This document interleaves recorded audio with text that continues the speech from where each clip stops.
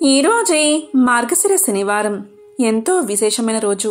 ఎందుకంటే ఈ శనివారం మార్గశిర మాసం ధనుర్మాసం రెండిటితో కలిసి వచ్చింది. ఈ 2 మాసాలతో కలిసి వచ్చిన ఎంతో విశేషమైన ఈ శనివారం రోజు ఈ కథను వింటే చాలు విశేషమైన పుణ్యఫలం మీకు లభిస్తుంది. జన్మల పాపాలు తొలగి కోటి జన్మల పుణ్యం వస్తుంది. మరి ఆ కథలేంటో ఇప్పుడు ఈ వీడియోలో తెలుసుకుందాం. సూర్యుడు ధనస్సు రాశిలో ప్రవేశించడంతో ధనుర్మాసం ప్రారంభమవుతుంది. మనిషిగా పుట్టి భగవంతుడిలో ఐక్యం అవ్వడం సాధ్యమా అన్న ప్రశ్నకు సమాధానం చెప్పింది గోదాదేవి. మానవ కాంతగా జన్మించి శ్రీరంగనాథుణ్ణి ప్రేమించి పూజించి ఆయనలో ఐక్యమైనది. అటువంటి దివ్య ధనుర్మాసం ఈరోజే ప్రారంభమైనది. 12 మంది ఆళ్వార్లలో శ్రీ ఆండాల్ గోదాదేవి కూడా ఒకరు. ఆమెను నాచియార్ అని కూడా పిలుస్తారు. రంగనాథుణ్ణి స్తుతిస్తూ ఆండాల్ రచించిన 30 పాసురాలను కలిపి తిరుప్పావై అంటారు. ఆళ్వార్ దివ్య ప్రబంధంలో తిరుప్పావై ఒక భాగం. శ్రీ మహావిష్ణువు ఆజ్ఞ మేరకు సాక్షాత్తు శ్రీ మహాలక్ష్మి భూలోకంలో గోదాదేవిగా అవతరించింది. శ్రీ విల్లిపుత్తూరులో విష్ణు చిత్తుడు అని గొప్ప భక్తుడు ఉండేవాడు. ఈ ఊరిలోనే శ్రీకృష్ణుడు మర్యాకు మీద తేలియాడుతూ వటపత్ర సాయి లోకాన్ని రక్షించాడని ఒక నమ్మకం. అందుకే ఇక్కడి ఆలయంలోని ప్రధాన దైవం ఆ చిన్ని కృష్ణుడే. నిత్యము కూడా ఆ కృష్ణుడికి పూలమాళ్ళు అర్పిస్తూ తన జీవితాన్ని ధన్యం చేసుకునేవాడు విష్ణు చిత్తుడు. విష్ణు చిత్తుడి అసలు పేరు భట్టనాథుడు. నిరంతరం ఆయన చిత్తం విష్ణుమూర్తి మీదే ఉండేది కాబట్టి విష్ణు చిత్తుడు అని ఆయన్ని పిలిచేవారు. విష్ణు చిత్తుడు సాక్షాత్తు శ్రీ మహావిష్ణువును దర్శించి ఆయనకు మంగళాసనాలు అర్పించినట్లు ఒక కథ ప్రచారంలో ఉంది. అందుకే ఆయనను విష్ణు భక్తులైన ఆళ్వారులలో ఒకరిగా ఎంచి ఆయనకు పెరియాళ్వారు అన్న గౌరవాన్ని అందించారు. పెరియాళ్వారు ఒకరోజు తులసి మొక్కల కోసం పాదులు తీస్తూ ఉండగా ఒక చిన్నారి కనిపించింది. ఆమెను సాక్షాత్తు ఆ భగవంతుడి ప్రసాదంగా భావించి పెంచుకున్నాడు విష్ణు చిత్తుడు. తండ్రి పెంపకంలో ఆమె అత్యంతమైన కృష్ణ భక్తితో పెరిగింది. విష్ణు చిత్తులవారు ప్రతిరోజు తులసిమాలను తయారు చేసి ఒక బుట్టలో ఉంచి తిరిగి తన కార్యక్రమాలు పూర్తి చేసుకుని ఆ మాలను దేవాలయానికి తీసుకువెళ్లి వటపత్ర సాయికి సమర్పించేవాడు. తండ్రిగారికి తెలియకుండా ఆమె రోజు ఆ మాలను ధరించి తాను భగవంతుణ్ణి వివాహం చేసుకోవడానికి సరిపోవునా అని అద్దంలో చూసుకుని మురిసిపోయేది. కొద్ది రోజులకు తండ్రిగారికి ఆ మాలలో ఒక వెంట్రుక కనిపించగా గోద ఆ మాలను ధరించిందని గమనించి ఆమెను కోపగించుకుని తనచే ఇన్ని రోజులు తప్పు జరిగిందని భావించి ఆ మాలను భగవంతుడికి సమర్పించలేదు. ఆశ్చర్యంగా ఆ రోజు విష్ణు చిత్తులవారి స్వప్నంలో స్వామి కనిపించి ఈరోజు తులసిమాలని ఎందుకు సమర్పించలేదు అని అడుగుతారు.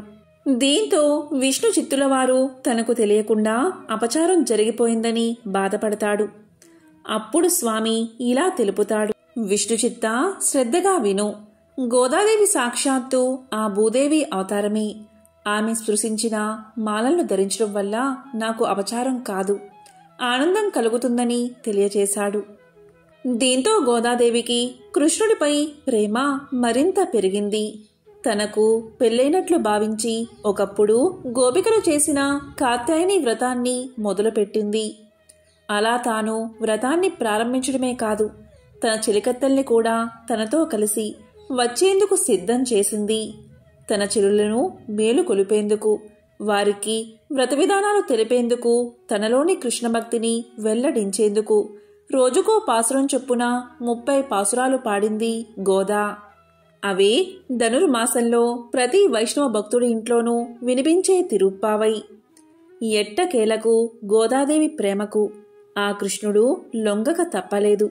తానే స్వయంగా విష్ణు చిత్తునికి కనిపించి తానుండే శ్రీరంగానికి గోదాదేవిని తీసుకురమ్మని అక్కడ రంగనాథుడిగా వెలిసిన తాను గోదాదేవిని వివాహం చేసుకుంటానని తెలియచేశాడు.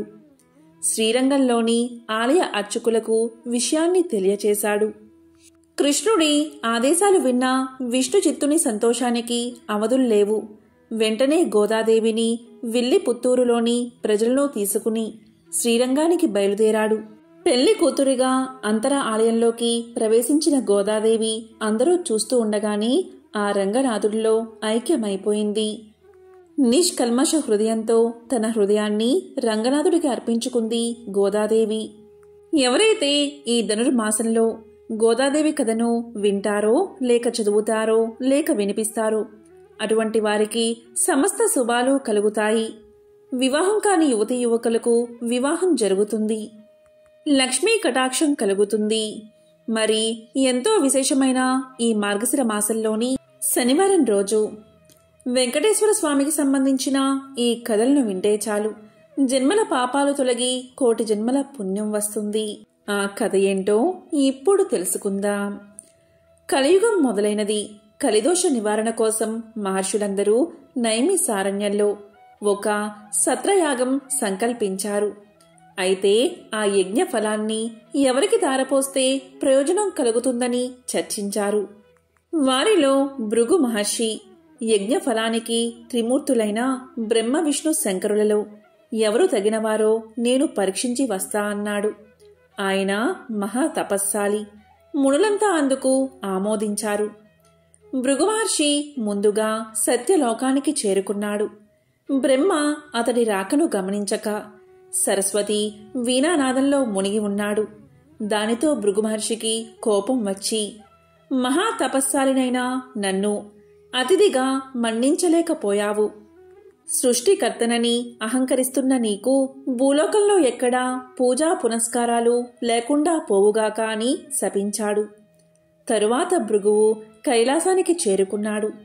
అక్కడ పరమేశ్వరుడు పార్వతితో ఆనందనాట్యం చేస్తూ భృగువు రాకను గమనించలేదు. దానితో భృగు మహర్షి కోపంతో, శంకరా, నీవు నాట్య విలాసాలలో మునిగి మహా తపస్సాలని అతిథిని అయిన నన్ను నిర్లక్ష్యం చేశావు కాబట్టి భూలోకంలో నీకు లింగ రూపంలోనే కాని నిజ రూపంలో ఆరాధన జరగకుండా ఉండుగాక అని శపించాడు. ఆ తరువాత భృగు మహర్షి వైకుంఠానికి చేరుకున్నాడు. ఆ సమయంలో మాధవుడు పాన్పు మీద పడుకుని తనకు పాదసేవ చేస్తున్న లక్ష్మీదేవితో సరస సలాపాలు ఆడుతున్నాడు. మునిరాకను విష్ణువు గమనించలేదు. అప్పుడు భృగువు వెళ్లి, అతిథిగా వచ్చిన నన్ను అవమానిస్తావా అంటూ విష్ణుమూర్తి గుండెల మీద ఒక్క తన్ను తన్నాడు. ఒక్కసారిగా లోకాలన్నీ కంపించాయి. అయినా శ్రీ మహావిష్ణువు రవ్వంత కూడా ఆగ్రహించక పరమ శాంత స్వభావంతో లేచి మునికి నమస్కారం చేసి ఇలా పలికాడు. మునీంద్ర, మీ రాకచేత వైకుంఠం పావనమైనది. మీ రాకను గమనించని నా అవినయాన్ని మన్నించండి అంటూ భృగు మహర్షికి పాదాలు ఒత్తాడు. భృగు మహర్షికి గర్వభంగమైనది. దీంతో భృగువు విష్ణుమూర్తికి నమస్కారం చేసి, ఓ దేవదేవా, మీ వంటి సత్వగుణ సంపన్నులు 14 లోకాల్లోనూ ఎవరూ లేరు. నా అహంకారాన్ని మన్నించండి. మీరే లోక సంరక్షణకు తగినవారు. కాబట్టి భూలోకంలో కలి ప్రభావాన్ని నశింపచేసి ధర్మ సంరక్షణ చేసి ప్రజల కష్టాలను తీర్చడానికి తప్పకుండా అవతరించాలి అని ప్రార్థించి తిరిగి భూలోకానికి వచ్చి ముళ్లతో ఇలా చెప్పాడు భృగు మహర్షి. ఓ మునులారా, శ్రద్ధగా వినండి. త్రిమూర్తులలో పరమ శాంతమూర్తి శ్రీమన్నారాయణుడే. అతడే యజ్ఞఫలానికి అర్హుడు అని తేల్చి చెప్పాడు. అప్పుడు మునులందరూ సత్రయాగాన్ని చేసి ఆ ఫలాన్ని యజ్ఞపురుషుడైన మహావిష్ణువుకే దారపోశారు. అక్కడ వైకుంఠంలో లక్ష్మీదేవికి కోపం వచ్చింది. ఎందుకంటే శ్రీహరి వక్షస్థలమే తన నివాసం. ఆ నివాసాన్ని ఒక ముని కాలితో తన్నాడు. అందుకు శ్రీహరి కోపగించక ఆయనకు సకల మర్యాదలు చేశాడు. భర్తయే తన్ని గౌరవించలేదు అని అలిగి భూలోకానికి ప్రయాణమైనది మహాలక్ష్మీదేవి. దీంతో లక్ష్మీలేని ఇల్లు కళావిహీనమైనది. ఆమెను వెతికి తెచ్చుకోవడానికి భూలోకానికి పయనమయ్యాడు విష్ణువు. ఇంతలో భూదేవి వచ్చి ఇలా పలికింది. దేవా, కలియుగంలో పాపం పెరిగిపోయింది. పాపభారాన్ని నేను మొయ్యలేకపోతున్నాను. నువ్వు భూలోకంలో అవతరించి నన్ను కాపాడు అని కోరుకుంది. వెంటనే శ్రీ మహావిష్ణువు శ్రీనివాసుడు అనే పేరుతో భూలోకానికి దిగివచ్చి లక్ష్మి కోసం వెతకడం ప్రారంభించాడు. శేషాద్రి కొండలలో ఒక పుట్టను నివాసంగా చేసుకున్నాడు. శేషాద్రి పర్వత ప్రాంతాలను పరిపాలిస్తున్న మహారాజు ఆకాశరాజు. అతడు సంతానం లేక పుత్రకామేష్టి చెయ్యబోతూ భూమిని దున్నుతూ ఉండగా నాగలకి ఒక బంగారు పెట్టె తగిలింది. తెరిచి చూడగా మహాలక్ష్మి కలతో ఒక బాలిక కనిపించింది. దీంతో ఆకాశరాజు సంతోషపడి ఆ పిల్లకు పద్మావతి అనే పేరు పెట్టుకుని అల్లారు ముద్దుగా పెంచాడు. యుక్త వయసుకు వచ్చిన పద్మావతి ఒకసారి శ్రీనివాసుణ్ణి చూసి మోహించింది. తల్లిదండ్రులకు ఆ విషయాన్ని చెప్పింది. ఆకాశరాజు వచ్చి చూసి శ్రీనివాసుడి తేజో విశేషాలకు ఆశ్చర్యపడి అతడే శ్రీ మహావిష్ణువు అని భావించి పద్మావతిని ఇచ్చి వివాహం చేశాడు. ఆకాశరాజు తరువాత అతని తమ్ముడు తొండమానుడు రాజయ్యాడు. శ్రీనివాసుడు వెంకటేశ్వరుడు నామంతో తిరుమల శిఖరాల మీద కలియుగాంతం వరకు నివసించాలని నిశ్చయించుకుని సాలగ్రామ శిలారూపుడై పద్మావతి భూదేవులతో నివసించసాగాడు. తొండమానుడు శ్రీ వెంకటేశ్వరుడికి ఆలయాన్ని నిర్మించాడు. తనను సేవించే భక్తులకు కల్పవృక్షం లాంటివాడై శ్రీనివాసుడు ఇప్పటికీ భక్తులను సంరక్షిస్తూ అక్కడే నిలిచి ఉన్నాడు. సౌనకాది మహాముళ్లంతా సూతుడు చెప్పింది విని ఇలా పలికారు: ఓ సూత మహర్షి, వెంకటాచలంపై శ్రీనివాసుడు వెలిసాక శ్రీనివాసుడి అనుగ్రహం పొందిన భక్తులు ఎవరైనా ఉన్నారా? ఉంటే వారి కథను మాకు వినిపించు అని ప్రార్థించారు. అప్పుడు సూతుడు ఇలా చెప్పడం మొదలుపెట్టాడు: ఓ సౌనకాది మహాముళ్లారా, నేను చెప్పే కథను శ్రద్ధగా వినండి. తిరుపతి మహాక్షేత్రానికి సమీపంలో ఒక పల్లెలో భీముడు అని ఒక కుమ్మరివాడు ఉండేవాడు. అతను పేదవాడు. కుండలను తయారు చేసి వాటిని అమ్ముకుని జీవనం సాగించేవాడు. అతనికి శ్రీనివాసుడిపై భక్తి ఎక్కువ. చిరకాలం దేవుణ్ణి పూజించాలి అని ఉన్నా కుటుంబ పరిస్థితిని బట్టి అతనికి అలాంటి అవకాశం ఉండేది కాదు. అందువల్ల తాను కుండలను తయారు చేసే ప్రదేశంలో శ్రీ వెంకటేశ్వర స్వామివారి ప్రతిమను ఉంచుకున్నాడు. సారెపై కుండలను తయారు చేసేటప్పుడు తన చేతికి అంటిన మట్టిని పుష్పంగా చేసి భక్తితో స్వామివారి ప్రతిమ వద్ద ఉంచుతూ ఉండేవాడు. అది అతని నిత్య కృత్యంగా మారింది. ఆ ప్రాంతాన్ని పరిపాలిస్తున్న రాజు తొండమాండు కూడా శ్రీ వెంకటేశ్వర స్వామివారి యందు భక్తి కలిగి ఉండేవాడు. తొండమానుడు ప్రతిరోజు వెంకటాచలానికి పోయి స్వామివారిని బంగారు పూలతో అర్చించేవాడు. కొంతకాలానికి అతడిలో అహంకారం పెరిగింది. అతను పూజ చేయడానికి ఉద్యుక్తుడు అవుతూ ఉండగా తాను నిన్న పూజించిన బంగారు పూల స్థానంలో మట్టి పూలు స్వామివారి దగ్గర కనిపించాయి. కారణం అతనికి అర్థం కాలేదు. అర్చకులు తానుంచిన బంగారు పూలను అపహరించి మట్టిపూలు ఉంచుతున్నారని అనుమానించాడు. తన భటులను కాపలాగా ఉంచాడు. రాజు ఎన్ని విధాలుగా ప్రయత్నం చేసినా బంగారు పూల స్థానంలో మట్టి పువ్వులే స్వామివారి దగ్గర ఉండేవి. దీంతో మహారాజుకు మానసిక వ్యధ పెరిగింది. చింతాపీడితుడైన అతనికి శ్రీ వెంకటేశ్వర స్వామి కల్లో కనిపించి ఇలా తెలియచేశాడు: రాజా, సమీప గ్రామంలో భీముడు అనే కుమ్మరి ఉన్నాడు. అతడు కుండలు చేస్తూ నా స్మరణాన్ని ధ్యానాన్ని విడవక పనులు చేసుకుంటూ ఉంటాడు. అతని భక్తి ప్రభావమున అతడుంచిన మట్టి పువ్వులు ఇక్కడికి నా సన్నిధానానికి చేరుతున్నాయి. నీ ఉంచిన బంగారు పువ్వులు అతడుంచిన పూలమందు నిలవలేక అదృశ్యమైపోతున్నాయి. భక్తిలో అతడు నీకంటే ఉత్తముడు, విచారించుకు అని ఊరడించాడు. తనను మించిన భక్తుడు మరొకడున్నాడని స్వామివారు చెప్పిన మాటలు పరిశీలించడానికై వెంకటాచలానికి సమీపంలో ఉన్న పల్లెలో బడులతో కలిసి తిరగసాగాడు రాజు. ఒక పల్లెలో సారెపై కుండ నుంచి తిప్పుతూ చేతికి అంటిన మట్టిని పుష్పంగా చేసి సమీపంలో ఉన్న శ్రీ వెంకటేశ్వర స్వామివారి ప్రతిమకు సమర్పిస్తున్న భీముణ్ణి చూసి ఆశ్చర్యపడ్డాడు రాజు. దీంతో రాజు భీముణ్ణి సమీపించి, ఓయి, నీవు స్వామిని మట్టి పూలతో ఎందుకు పూజిస్తున్నావు? నీకు పూజకు పుష్పాలు దొరకడం లేదా అని అడిగాడు. అప్పుడు భీముడు రాజుకు నమస్కారం చేసి, మహారాజా, మీ వంటివారు రావడం వల్ల నా ఇల్లు పావనమైనది. నేను చదువురాని మూర్ఖుడిని. స్వామివారిని ఎలా పూజించాలో నాకు తెలియదు. నేను దరిద్రుణ్ణి. కుండలను చేయనిదే నా కుటుంబం గడవదు. కాబట్టి నేను ఉదయం నుంచి సాయంకాలం వరకు కుండలను చేయక తప్పదు. అందువల్ల చేతికి అంటిన మట్టిని పుష్పంగా చేసి ఇలా స్వామివారికి సమర్పించుకుంటున్నాను అని వివరించాడు. దీంతో కుమ్మరివాడి మాటలు విన్న రాజు మిక్కిలి ఆశ్చర్యపడ్డాడు. కుమ్మరివాడి భక్తికి మెచ్చి అతనికి నమస్కారం చేసి తన రాజ్యానికి వెళ్ళిపోయాడు. ఆ తరువాత కొంతకాలానికి భీముడు సశరీరంగా వైకుంఠానికి చేరుకున్నాడు.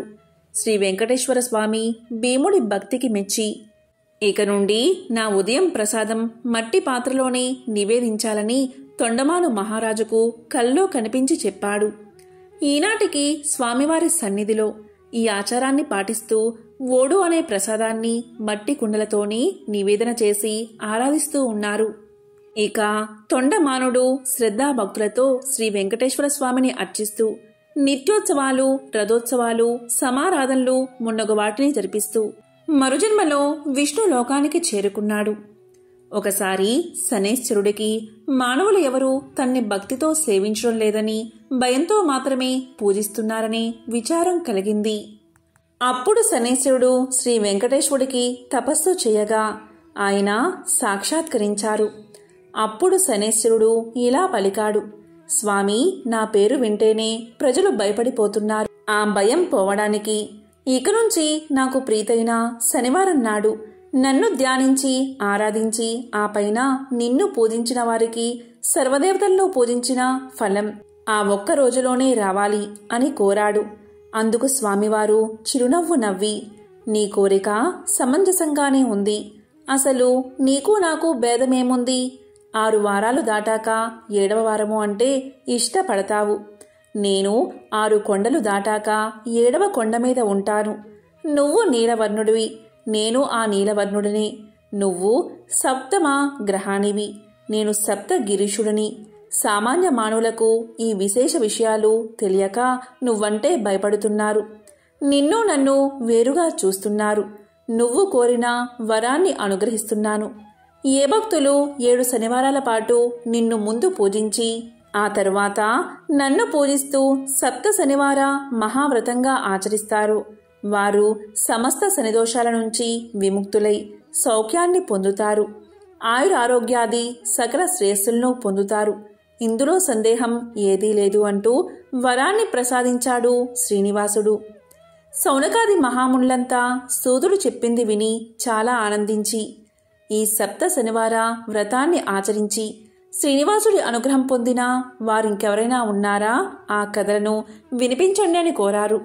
అప్పుడు సూతుడు ఇలా చెప్పడం ప్రారంభించాడు. పూర్వకాలం కాంచీపురంలో దేవదత్తుడు అనే బ్రాహ్మణుడు ఉండేవాడు. అతను వేదాంగ పారంగతుడు. అతని భార్య మాలిని.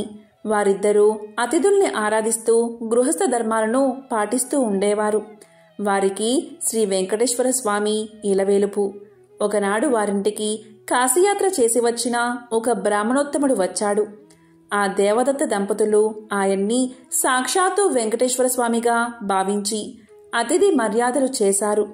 భోజనం తర్వాత ఆ బ్రాహ్మణుడు వారి జాతకాలు పరిశీలించి ఇలా పలికాడు. జాతకం ప్రకారంగా దేవదత్తుడికి శనిదోషం వల్ల అపమృత్యువు కలిగే సూచనలు కనబడుతున్నాయి. ఆ అపమృత్యు దోష పరిహారం కోసం సప్త శనివార వ్రతం చేసి అటు శనేశ్వరుణ్ణి ఇటు శ్రీ వెంకటేశ్వర స్వామిని భక్తిగా ఆరాధించవలసిందని చెప్పాడు బ్రాహ్మణుడు. ఇంకా ఇలా పలికాడు, అమ్మా, నీవు శ్రద్ధ వహించి నీ భర్తను కూడా సప్త శనివార వ్రతం చెయ్యడానికి ప్రోత్సహించి నీ సౌభాగ్యాన్ని నిలుపుకోవాలి సుమా అని హెచ్చరించాడు. సప్త శనివార వ్రత విధానాన్ని బోధించాడు. దాంతో దేవదత్తుడు ఆ శనివారం బ్రాహ్మీ ముహూర్తంలోనే లేచి స్నాన ధ్యానాదులు నిర్వర్తించి ఇంటిలో ఈశాన్య భాగంలో పూజాపీఠం పెట్టి మండపం వేసి వెంకటేశ్వర స్వామి యొక్క చిత్రపటం పెట్టి నైవేద్యానికి కొబ్బరికాయలు, అరటిపళ్ళు, నల్ల ద్రాక్షపళ్ళు, 7 చిమ్మిలి ఉండలు సిద్ధం చేసుకుని ఉదయం పూజ చేసి ఒక బ్రాహ్మణుణ్ణి పిలిచి ఆయనకు భోజనం పెట్టి ఆ పైన వారు భోజనం చేసి మొదటి రోజు వ్రతం యథావిధిగా నిర్వర్తించారు. ఆ విధంగా వరుసగా వారు 7 శనివారాల పాటు వ్రతాన్ని భక్తి శ్రద్ధలతో కొనసాగించారు. 7వ శనివారం వ్రత పరిసమాప్తి చేసి భోజనం చేసి కొంతసేపు శ్రీ వెంకటేశ్వర స్వామి యొక్క మహిమలు స్మరించుకుంటూ నిద్రించారు. ఆ దంపతుల భక్తి శ్రద్ధలకు, పూజా విశేషాలకు ప్రసన్నుడై శ్రీ వెంకటేశ్వర స్వామి మాలినీదేవికి స్వప్నంలో సాక్షాత్కరించి, ఓ పరమసాధ్వి, మీ దంపతులిద్దరూ శ్రద్ధా భక్తులతో చేసిన 7 శనివార వ్రతానికి నాకు చాలా సంతోషం కలిగింది. ఆ వ్రత ప్రభావం వల్ల నీ భర్తకు శనైశ్చర దోషం, అపమృత్యు భయం కూడా తొలగిపోయాయి. అతనికి రాబోయే జన్మలోని ఆయుర్దాయాన్ని ఈ జన్మలోకి తీసుకువచ్చి ఇతన్ని పూర్ణ ఆయుర్దాయం కలవాన్ని చేశాను. మీరిద్దరూ సుఖశాంతులతో ఆనందంగా 100 ఏళ్లు జీవించి ధర్మార్థ కామ మోక్షాలు అనే 4 పురుషార్థాలు సాధించుకుంటూ మీ మానవ జన్మను సార్థకం చేసుకోండి అని దీవించి అదృశ్యమయ్యాడు. వెంటనే ఆమె లేచి భర్తను లేపి తన స్వప్న వృత్తాంతాన్ని వినిపించింది. ఆయన కూడా సంతోషించి భార్యను అభినందించాడు. ఒక శుభముహూర్తాన ఆ దంపతులిద్దరూ శ్రీ వెంకటేశ్వర స్వామి దర్శనార్థమై తిరుపతి కొండకు వెళ్లి మొక్కులు తీర్చుకుని ఆ స్వామిని మనసారా స్తుతించి ప్రసాదాన్ని స్వీకరించి తిరిగి చేరుకున్నారు. ఇంటికి వచ్చాక బ్రాహ్మణులు పిలిచి అన్న సంతర్పణ చేసి బ్రాహ్మణ ఆశీర్వాదాలు పొందారు.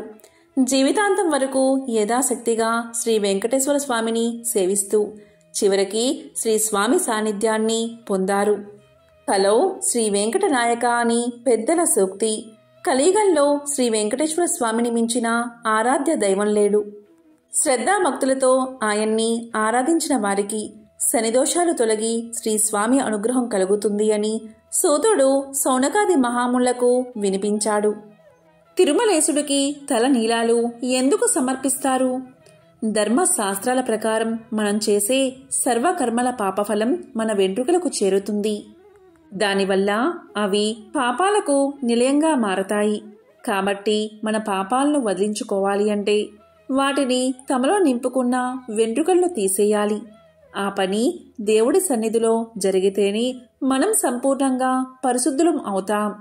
ఈ ఉద్దేశంతోనే తల నీలాలు సమర్పించే ఆచారం మొదలైంది. తిరుమలేశుడికి తల నీలాలు సమర్పించడంలో ప్రత్యేకత ఏమిటి తెలుసుకోవాలి అంటే ఈ కథను తెలుసుకోవాల్సిందే. గొడ్డలి దెబ్బకి నుదుటిన తగిన గాయాన్ని పట్టించుకోకుండా పుట్టను వదిలి ముందుకు సాగిపోతూ ఉంటే వనదేవత నీల ప్రత్యక్షమై ఆవేదనతో ప్రభు అని పలకరించింది శ్రీ వెంకటేశ్వర స్వామివారిని. స్వామివారు చప్పున ఆగి ఆమె వైపే చూశాడు. ప్రభు, దేవాది దేవులైన తమకా ఈ అవస్థ, సర్వ జగద్రక్షకులైన తమకా ఈ దుస్థితి అంటూ నీల కన్నీరు కారుస్తూ స్వామివారిని పక్కనే ఉన్న శిలపై ఆశీనులు చేసి శ్రీనివాసుడి తలపై తగిలిన గాయాన్ని తన పమిట చెంగుతో తుడుస్తూ మీకింత హాని తలపెట్టిన ఆ యాదవుడికి ప్రథమ దర్శన భాగ్యం వరాన్ని వంశపారపర్యంగా అనుగ్రహించిన ఔదార్యమూర్తులు మీరు. ఈ పరిస్థితుల్లో ఎక్కడికి వెళ్తారు ప్రభు అడిగింది బాధగా. దాంతో స్వామివారు మందహాసం చేశారు. నీల తానే వనదేవత కనుక స్వామివారి గాయానికి పసరు మందు పూసి ఆకువేసి కట్టబోతూ స్వామివారి నుదుటివైపు పరిశీలనగా చూసింది. స్వామివారి శిరస్సు పైభాగం తగిలిన చోట శిరోజాలు రాలిపోయాయి. అప్పుడు నీల బాధతో నొచ్చుకుంటూ ఏమాత్రం సంకోచించకుండా తన నల్లటి శిరోజాలను తీసి స్వామివారి శిరస్సుపైన అతికించి అప్పుడు తన పమిట కొంగు స్వామివారి గాయానికి కట్టు కట్టింది. అప్పుడు స్వామివారు ఇలా పలికారు, నీలా, స్త్రీలకి శిరోజాలే అలంకారం. నీ అలంకార శోభని నా కోసం త్యాగం చేశావా అని అడిగారు స్వామివారు. అప్పుడు నీల ఇలా సమాధానం చెప్పింది. ఒక చిరునవ్వు నవ్వి, నన్ను సృష్టించింది మీరే, నా సర్వస్వం మీరే. పున్నమి చంద్రుడి వంటి మీ అందమైన ముఖంపైన వెలితి కనిపిస్తే సహించగలనా ప్రభు? మీ సేవ కంటే అందం, అలంకారం ఎక్కువనా అంది నీల. ఆమె భక్తికి ఔదార్యానికి స్వామివారు మెచ్చుకుని ఇలా పలికారు, నీలా నీకొక వరాన్ని అనుగ్రహిస్తున్నాను. నా దర్శనం కోసం వచ్చి మొక్కుబడిగా నా భక్తులు సమర్పించుకునే తల నీలాలు ఈ కలియుగాంతం వరకు నీకే చెందుతాయి. భక్తులు సమర్పించే వారి తల నీలాలు పుణ్యఫలంతో తిరిగి నీ శిరస్సుపై సరికొత్త నీలాలు మొలుస్తాయి. నీ ఔదార్యానికి సేవానిరతికి గుర్తుగా నీలాద్రి అన్న పేరుతో ఈ తిరుమల ప్రసిద్ధమవుతుంది అని అనుగ్రహించాడు శ్రీవారు. అప్పుడు నీలా చేతులు జోడించి భక్తితో ధన్యురాలి ప్రభు అని పలికింది. ఈ కారణం చేతనే తిరుమలేశుడికి తల నీలాలు సమర్పిస్తారు. పూర్వకాలంలో కౌమార దేశంలో మిత్రుడు అనే చాకలి ఉండేవాడు. అతడు తన కులవృత్తిని నిర్వర్తిస్తూ వీలున్నంతలో దాన ధర్మాలు చేస్తూ ధర్మపరంగా జీవనం సాగిస్తూ ఉండేవాడు. కాని అతడి దిగులంతా అతనికి ఉన్న అవిటితనమే. కాలు ఔటిది కావడం చేత ఉతికిన బట్టలను మూటలు కట్టి ఇంటింటికి తిరిగి ఇవ్వడం చాలా కష్టంగా ఉండేది. దానికి తోడు గంపెడు సంసారం. కష్టపడకపోతే పూట గడవదు. ఎల్లప్పుడూ ఆ శ్రీనివాసుణ్ణి ప్రార్థిస్తూ ఉండేవాడు. ఏదో ఒక రోజున ఆ స్వామి తన్ను కరుణిస్తాడన్న నమ్మకంతో జీవనం సాగిస్తూ ఉండేవాడు. భక్తజన సులభుడైన శ్రీమన్నారాయణుడు ఇదంతా గమనిస్తూనే ఉన్నాడు. ఎవరికైనా వారి పూర్వజన్మ కర్మ నివృత్తి అయ్యే సమయానికి శ్రీనివాసుడే ఏదో రూపంలో వచ్చి తన భక్తులను తప్పక ఆదుకుంటాడు. ఒకరోజు సాయంకాలం నాడు రోజులాగే మిత్రుడు చాకిరేవి నుంచి బట్టలు మూట పట్టణానికి రొప్పుతూ తిరిగి వస్తున్నాడు. ఇంతలో మార్గమధ్యలో వాడికి ఒక ముసలి బ్రాహ్మణుడు తారసిల్లాడు. సహజంగా భక్తి శ్రద్ధలు కలవాడు అవడం చేత మిత్రుడు భుజం మీద మూటను కింద పెట్టి ఆ బ్రాహ్మణుడికి నమస్కారం చేశాడు. అంతటా ఆ విప్రోత్తముడు ఇలా పలికాడు, నాయనా, ఈ అవటికాలితో ఎంతో బాధపడుతున్నావు. నీ బాధ చూడ్డానికే నాకు కష్టంగా ఉంది. నువ్వెంత కష్టపడుతున్నావో కదా అని అన్నాడు. అప్పుడు మిత్రుడు ఇలా పలికాడు, స్వామి, మీరెవరో మహానుభావుల్లాగా ఉన్నారు. గంపెడు సంసార భారం చేత నాకీ పని తప్పడం లేదు. ఈ అవటితనం పోయే మార్గం ఏదైనా ఉంటే సెలవు ఇవ్వండి అని విన్నవించుకున్నాడు.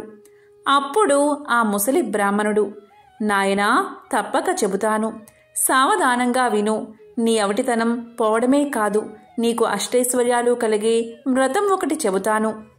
ఈ వ్రతాన్ని ఆచరించిన మరుక్షణమే నీకు 1000 వరహాలు లభిస్తాయి. అయితే ఒక షరతు, అందులో సగం నాకు సమర్పించాలి. రేపు మళ్ళీ ఇదే సమయానికి ఇక్కడికి వస్తాను అని చెప్పాడు. అప్పుడు మిత్రుడు ఇలా పలికాడు, స్వామి, ఇంతకు మించిన మహాభాగ్యం నాకు ఏముంటుంది? ఆ వ్రతమేదో ఈరోజే ఆచరిస్తాను, సెలవు ఇవ్వండి అని ప్రార్థించగా ఆ బ్రాహ్మణుడు శ్రీ వెంకటేశ్వర వ్రతకల్పాన్ని వివరంగా చెప్పాడు. దీంతో మిత్రుడు రెట్టించిన ఉత్సాహంతో ఇంటికి వచ్చి ఈ విషయమంతా భార్యకు చెప్పి ఇరుగు పొరుగుల వారిని ఆహ్వానించి శ్రీ వెంకటేశ్వర వ్రతాన్ని ఆచరించి తీర్థప్రసాదాలు తాను స్వీకరించి వచ్చిన వారందరికీ పంచాడు. ఇంతలో ఇంటి బయట ఏదో కోలాహలం వినబడింది. మిత్రుడి కుమారుడు బయట నుంచి ఇంట్లోకి పరుగు పరుగున వచ్చి, అయ్యా, రాజభటులు నీకోసం వచ్చారు.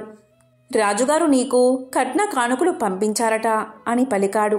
ఇంతలో రాజభటులు వచ్చి మిత్రుణ్ణి రాజుగారి ఆస్థానంలో చాకలిగా నియమించారని 1000 వరహాలు బహుమానంగా పంపారని చెప్పి మిత్రుడి చేతిలో 1000 వరహాల మూట పెట్టారు.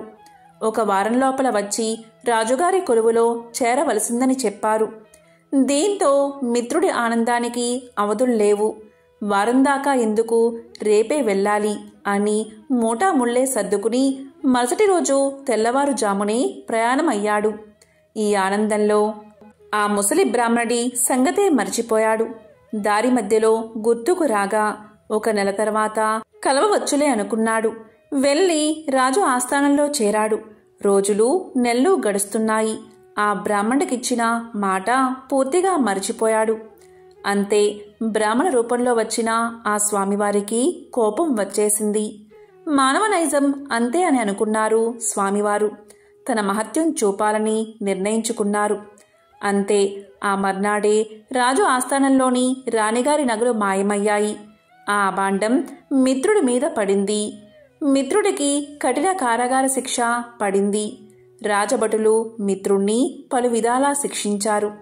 ఎందుకిలా జరిగింది, ఎందుకీ అబాండం తన మీద పడింది అని తెలుస్తున్న మిత్రుడికి ఆ రాత్రి స్వామివారు కల్లో కనబడి వృద్ధ బ్రాహ్మడి రూపంలో వచ్చింది తానే అని, తనకిచ్చిన మాట నిలబెట్టుకోకపోవడం చేతని ఇలా జరిగిందని చెప్పారు.